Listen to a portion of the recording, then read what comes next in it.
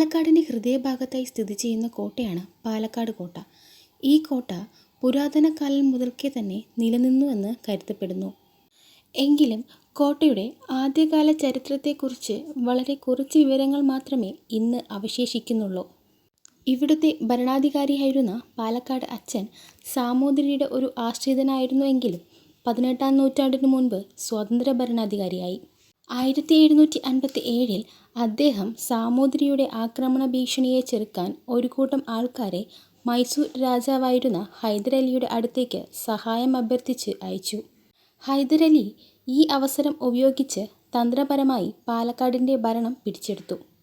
അന്നു മുതൽ 1790 വരെ പാലക്കാട് കോട്ട തുടർച്ചയായി മൈസൂർ സുൽത്താന്മാരുടെയോ ബ്രിട്ടീഷുകാരുടെയോ ഭരണത്തിൻ്റെ കീഴിലായിരുന്നു. ബ്രിട്ടീഷുകാർ ഈ കോട്ട ആദ്യമായി പിടിച്ചടക്കിയത് 1768 കേണൽ വുഡ് ഹൈദരലിയുടെ കോട്ടകൾ ആക്രമിച്ചപ്പോഴാണ്. എങ്കിലും ഏതാനും മാസങ്ങൾക്കുള്ളിൽ ഹൈദർ കോട്ടയുടെ ഭരണം തിരിച്ചുപിടിച്ചു. 1783 കേണൽ ഫുള്ളർട്ടൺ 11 ദിവസം കോട്ട വളഞ്ഞുവെച്ച് കോട്ട പിടിച്ചടക്കി.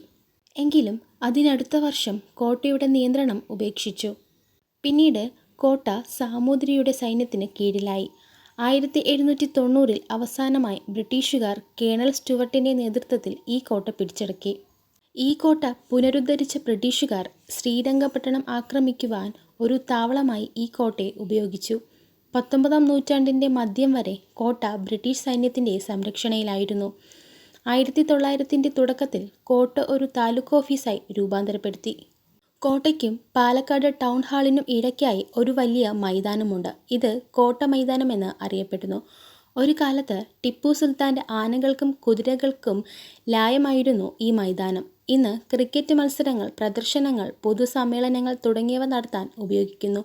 കേന്ദ്ര പുരാവസ്തു വകുപ്പ് സംരക്ഷിക്കുന്ന രാപ്പാടി എന്ന ഒരു തുറസായ ഓഡിറ്റോറിയം കോട്ടയ്ക്ക് പുറത്തുണ്ട്.